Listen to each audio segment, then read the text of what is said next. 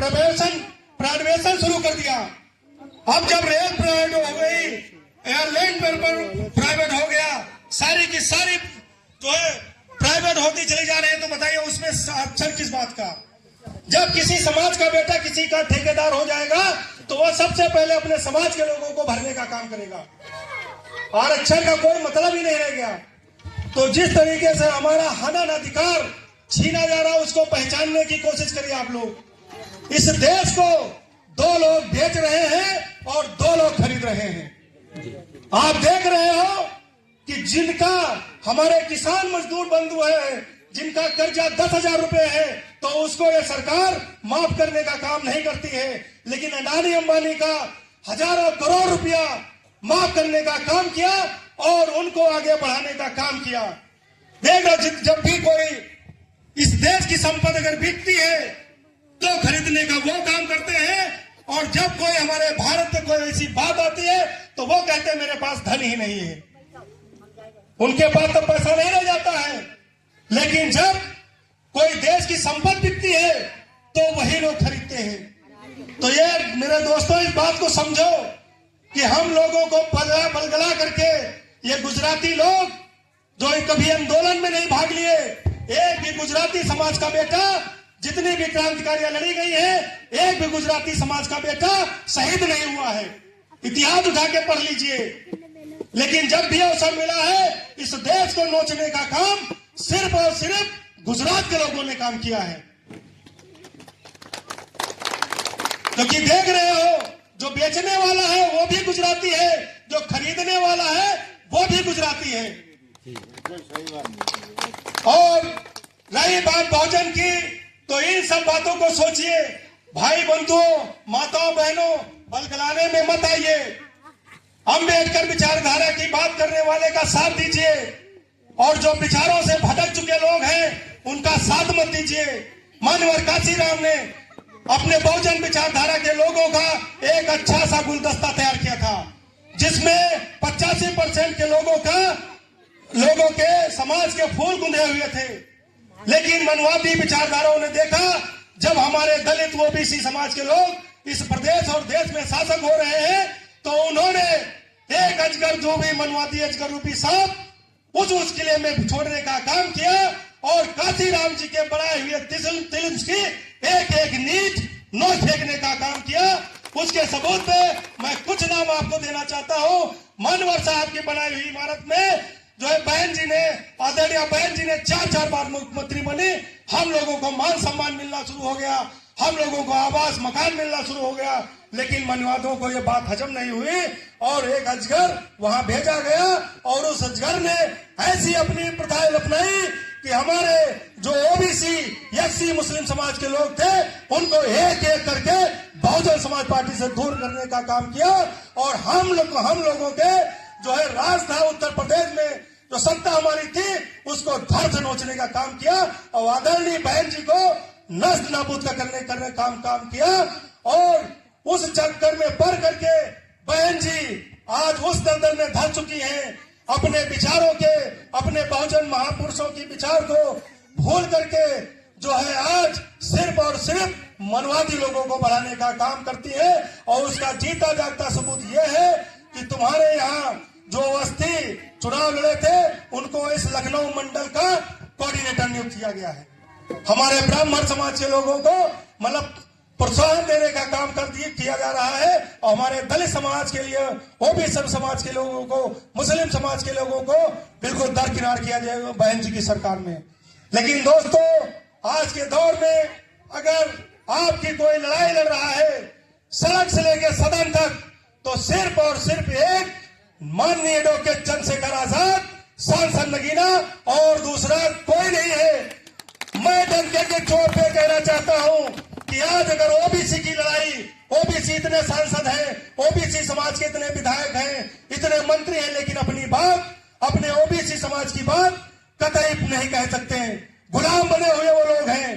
लेकिन मैं धन्यवाद देता हूं उस मां के सपूत मान्यवर एडवोकेट चंद्रशेखर जी को, जो उन्होंने मंच से सदन के अंदर कहा कि अगर मुझे एससी समाज के लोगों को लोकसभा और विधानसभा में आरक्षित सीटों पर लड़ने का अधिकार मिलता है, तो मेरे ओबीसी समाज को उसी प्रकार लड़ने का अधिकार मिलना चाहिए।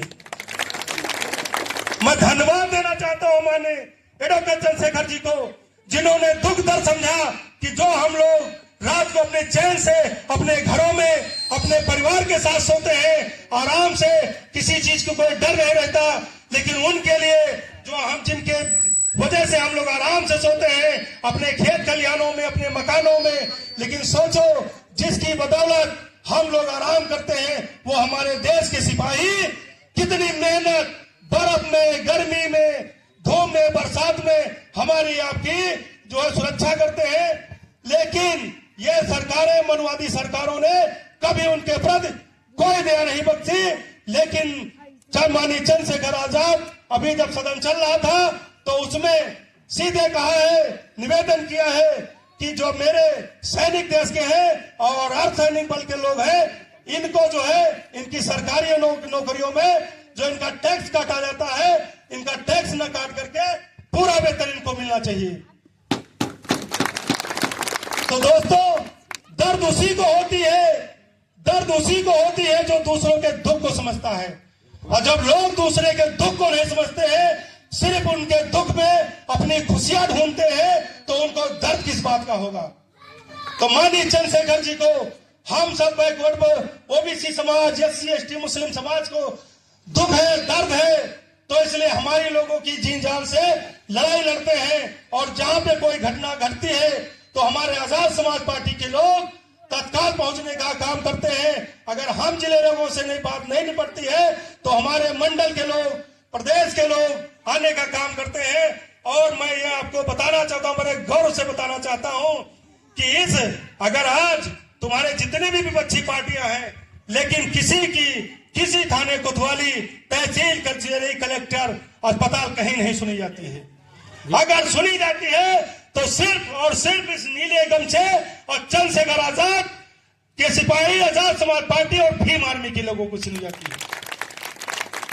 तो दोस्तों, कई ऐसे घटनाएं घटी हैं कि हमारे मंडल के लोग, जब कभी हम लोगों से बात नहीं बनती है, तो जब ये वहां से चलते हैं तो अगर हमारे अधिकारियों, कर्मचारियों को बात लग जाती है कि मंडल के लोग आ रहे हैं, तो हमारे मंडल के लोगों को फोन करके बताते हैं, साहब वापस हो जाइए, आपकी रिपोर्ट आपके कहे के अनुसार दर्ज कर ली गई है। तो आप लोगों को घबराने की कोई जरूरत नहीं है, सोचने की कोई जरूरत नहीं है। अब मानवर साहब चले गए, बाबा साहब चले गए, हमारे मसीहा चले गए, लेकिन दोस्तों हम लोग अनाथ हो गए थे, हम लोगों की साधन सत्ता सब चली गई थी।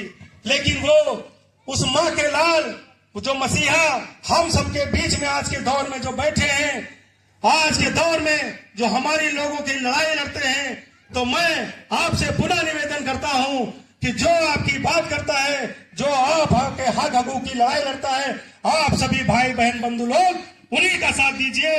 और आने वाले चुनाव में जो पंचायत चुनाव आने वाला है, तो अपने जो है उनको वोट मत दीजिए जो सिर्फ आते हैं और आपके सामने कहते हैं कि नीला गमछा डाल के आते हैं और आपसे जय भीम बोलने का काम करते हैं।